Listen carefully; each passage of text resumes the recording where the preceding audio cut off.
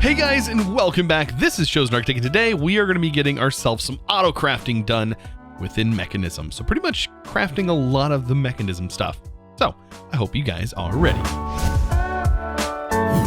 So jumping in today, I want to go ahead and start working on some more complex things, such as Mechanism, right? I want to get Mechanism stuff automated, and specifically all of these things I technically would like to be fully automated if possible, along with some other stuff.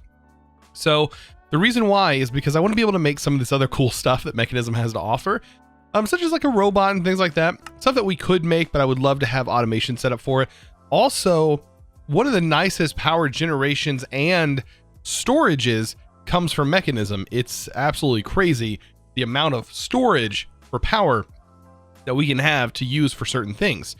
So like doing quarrying and things like that for getting more materials.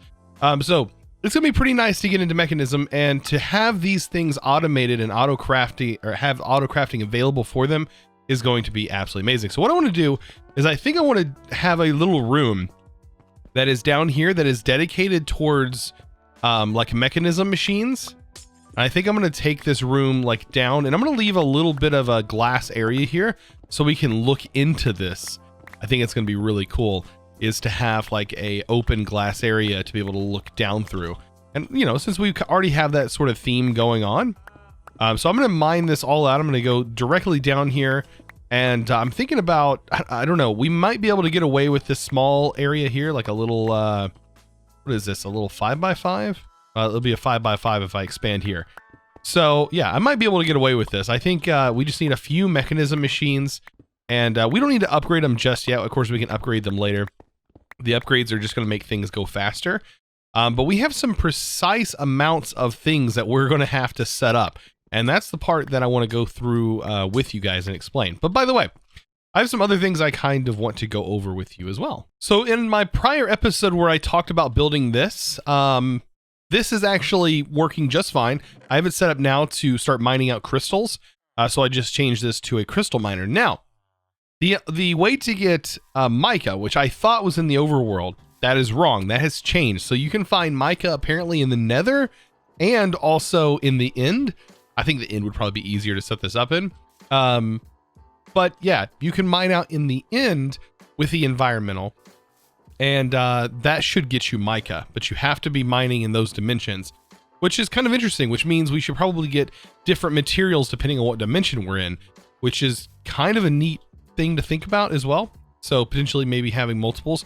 Yeah, because getting these upgraded is probably going to be really nice. So I'm thinking about different ways of setting this up. Now, I was thinking about having it tucked behind this wall, but after looking at it more and more, I'm like, yeah, it's probably not going to work. So maybe I can fit everything inside of this 3x3 area, allowing the cables to be outside here and all connected. And maybe I can get a design, you know, because after they're connected here, I shouldn't have to connect anything else. I'm going to connect to the other side just to make it symmetrical, but in reality, it should all connect. Now, I am going to need more than just one Metallurgic infuser. I'm also going to need a couple of crushers, I think. So I'm hoping, like I said, I can get everything in here to get all of these different things crafted. They are all going to require very specific things, and specific amounts of things. So that's where this is going to get a little bit more complicated. Now, just for the basic craft, for this infusion alloy, it's very simple. It's going to require 1 redstone and 1 iron. And that is going to equal 1 infused alloy. So I think for the craft, I should be able to specify right here what this needs. And you can see right here, it's automatically going to work. Now for this, for example, it is saying it needs a basic chemical tank. Well, that's not the case, right? And I don't know if that's the same depending on what item it's holding. I think I'm probably going to go with gold dust potentially. I need to see what amounts this actually produces, so I make sure to fill it with the perfect amount, so we're not overflowing it with materials later on. But this one's pretty easy. This one I do know redstone is going to equal 10, and we can take a look at that. And this is how I'm going to be measuring certain things, is I'm just going to go ahead and place one material in here, and I'm going to see how much it actually produces, right?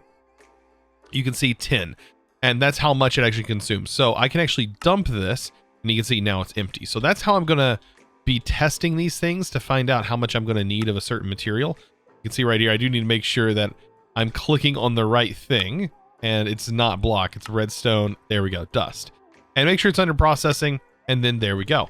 So as long as we have that, we can go ahead and place this pattern in here. Now we should be able to go ahead and craft this, but we do need to set the sides. So at the moment I have it set under auto eject. You can hold down shift and right click on these blocks here, and it's going to specify the sides. So right here, I'm going to say top is going to be my input. So you can see right here, it says top, and we're going to set that to input. And now this is the back.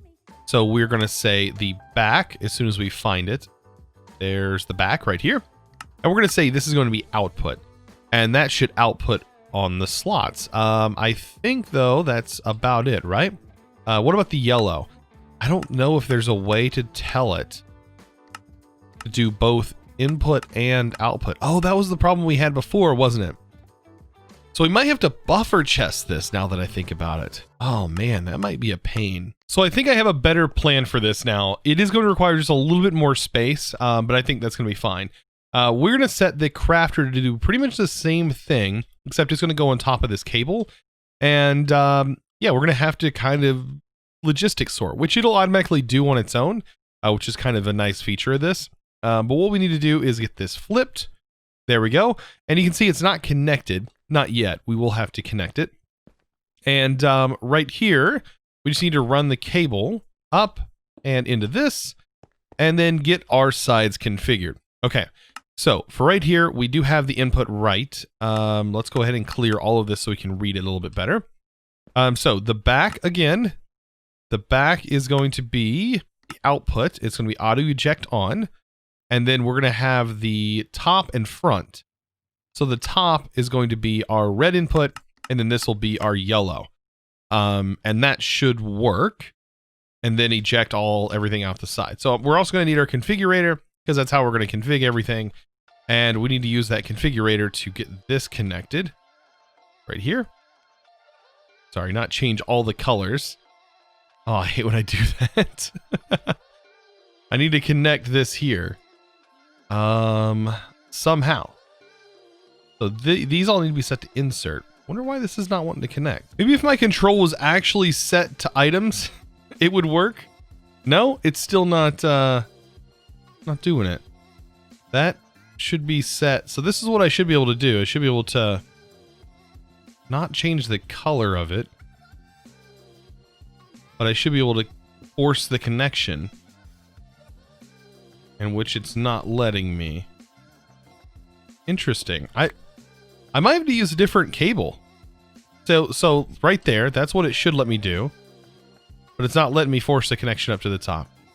Might be something to do with these cables. I don't know. Well, I guess if all else fails, you can improvise, and I guess I can leave the crafter setting up here, and it's going to use this as a buffer, and everything will get pulled out of that chest, which isn't a horrible way to do this. It's just not how I would normally want to do this. But yeah, at least I got it to connect, and we can set this to extract. So I should be able to put the crafting pattern in for this, and that should work. We shouldn't have to tell it anything else. It should just want to craft up. And let's make sure that we have, okay, so we have our infused alloy. Here we go. So I have 40 some odd infused alloy. Of course, if there's some in here and you want to still craft them, you can hold down Control and Shift, and you can go ahead and craft some. I'm gonna pull it out so we can see it being crafted. I'm gonna craft 10. And at the moment, it doesn't have power. So this does not have power. I just want to make sure that the items go in properly. There's the redstone, and there we go. And that was 10 and 10. So that should be able to get us the amount that we actually need. So the next one we're going to work on, it should be a little bit more simple. We need to make the basic control circuit. So if you think about it, these are the two that you make. And then we need to focus on making the alloys. And then the rest of these are just crafting recipes that are related to these two alloys here, or the 3 alloys. But the basic control circuit is what everything from this is built off of. So we need to definitely get this going next, and then I'll worry about the other 2 over here. So for this, it's going to require 2 redstone and 1 osmium. Hopefully I can go ahead and get that set up here. And redstone, and I think we can change the number, yeah, to whatever's in our current hand. So you can see 2 redstone now, and that's a processing. And you can even see it here. It says 1 osmium and 2 redstone dust. And that's the crafted that we need to set up. And I'm going to set up the exact same cable system here, except for these cables are going to want to connect to one another. And I don't want that. So the best way to disconnect them is to simply do this, I believe. I think we can change. Yeah, we can shift right click 3 times, disconnect them from one another, because we definitely don't need them connected. And of course, this will connect once we get everything set up. And the same thing, I'll just use a barrel, and then we'll also use another crafter on top. So for the next step, to get a little bit more out of our diamonds, instead of just grinding up a single diamond, which we would need a machine for anyways, we might as well use something called the enrichment chamber. The enrichment chamber is going to give us basically 8 diamonds for 1 diamond worth that it's normally going to cost, if I can kind of explain that. So diamonds, for example, diamond right here. We have some diamond dust and we have some actual diamond. So if we look at a recipe for the next thing, which is this reinforced alloy, because these are just regular crafts, right? We learned about that a second ago. So for this right here, we are going to need some sort of crushed diamond or enriched diamond. Well, the actual crushed diamond, which is still 1 diamond that is pulverized, basically, it gives us only 10 millibuckets worth of diamond in here. Whereas if we just enrich this, we will get 8 worth in here. So 80 millibuckets worth. So each craft requires 20. So if we combine this, you can see each craft is going to require 20 millibuckets. So if we have 8, that gets us 4 of these alloys per 1 diamond versus the cost of 2 diamonds for just 1, if we just enrich it in the enrichment chamber. So that makes it a little bit easier, right? To kind of decide how this process is going to go. I think the system is going to be pretty much very similar to this, except for I think I can have the crafter right on it. But what I'm probably going to do is still buffer chest it. Since all of these are going to be looking the same, I want to make this look the same. So I'm going to keep my crafters on the top, plus I can access them easier.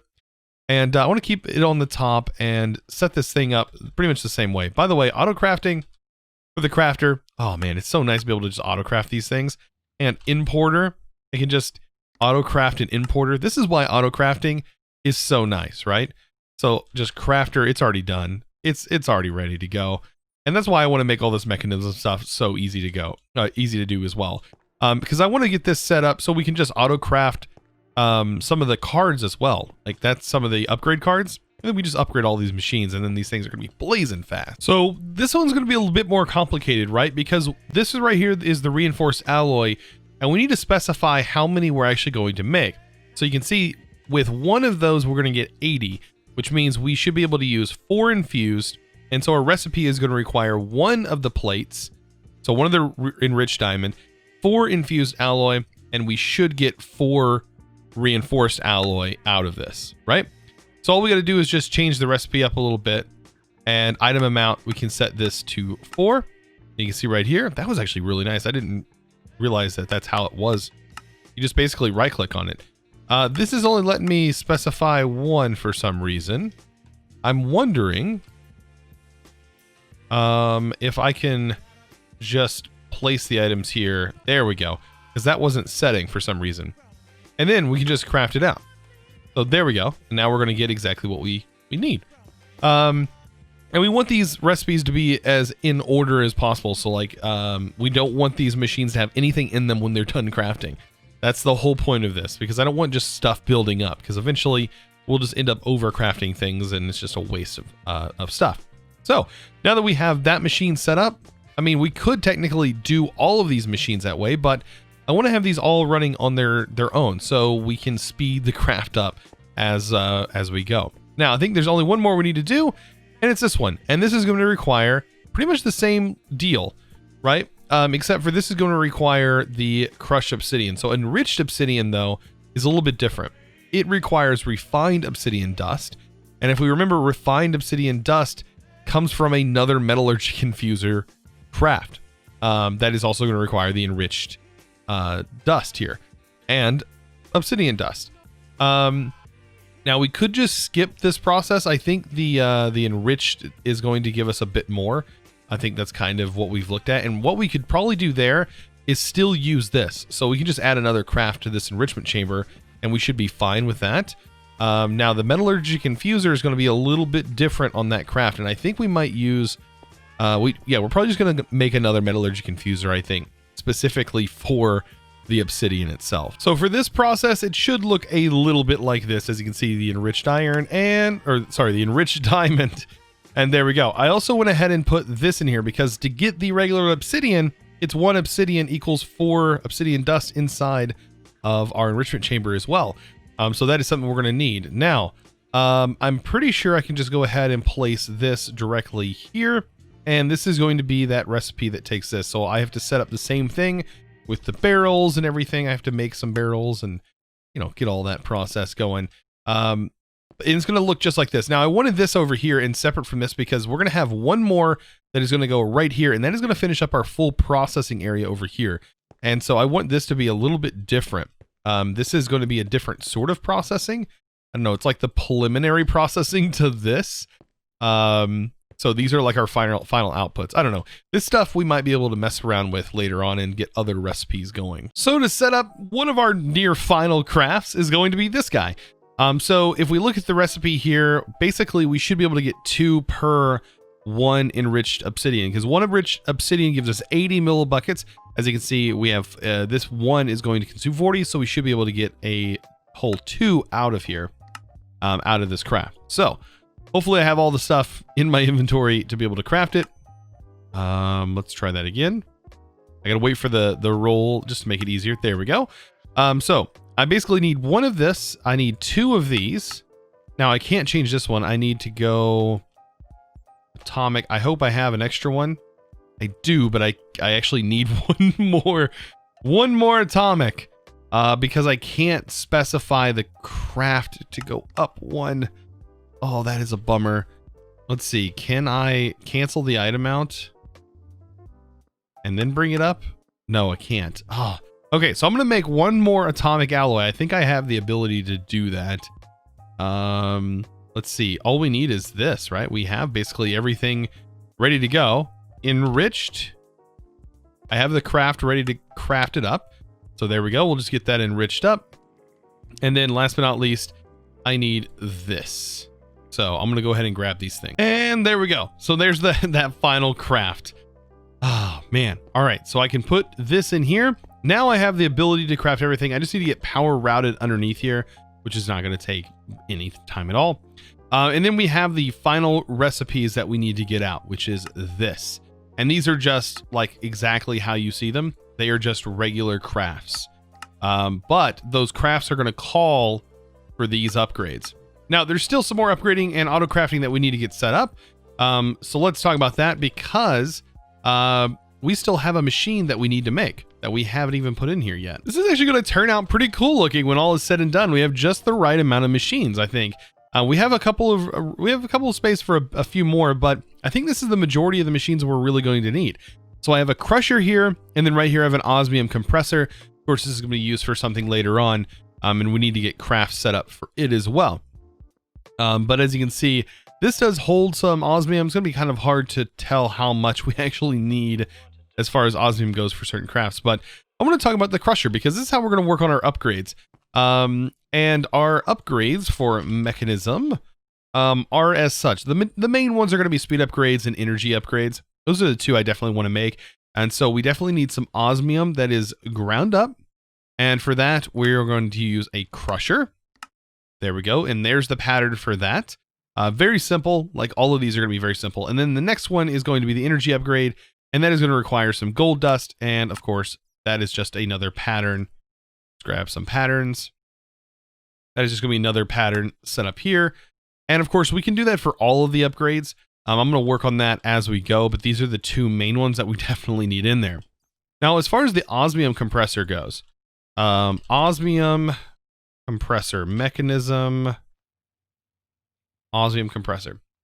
This is used for a couple of different things. The main one that I want is definitely refined, but we might as well go ahead and get the glowstone recipe in here as well. Those 2 are, there's nothing wrong with us getting those set up. Mechanism and osmium. As of right now, I'm not going to worry about the osmium inside the compressor, because I might just manually put that in there. It's going to last quite a while, especially when we're not using this as much. right? We're not going to be doing a lot of these crafts. Like, I don't need that tank setting there. So I can go ahead and remove that from that equation, making this a little bit easier. And then, of course, same goes here. We don't really need that. And bam, that's our recipes. These are all recipes ready to go. And I think this whole system is just about ready to be set up. I think the only thing I haven't done is configured the slots here. But honestly, that's an input and it's an output on the back. Same on this one. Shift to clear all of them. Input and then output on the back. That seems pretty logical. We don't even need to worry about this, like I said, because honestly, we just probably put a block of osmium, like blocks of osmium here, and we would never have to really worry about this ever again, I wouldn't think. So now that we have all of this auto-crafted stuff set up, by the way, it looks really cool. And down here, I went ahead and got all of the upgrades added into this. So these are now max speed, and honestly, they should be going pretty fast. This right here should definitely be going pretty fast at this point. So making all this stuff doesn't take very long at all, which is good because we're going to need a lot of this stuff later on.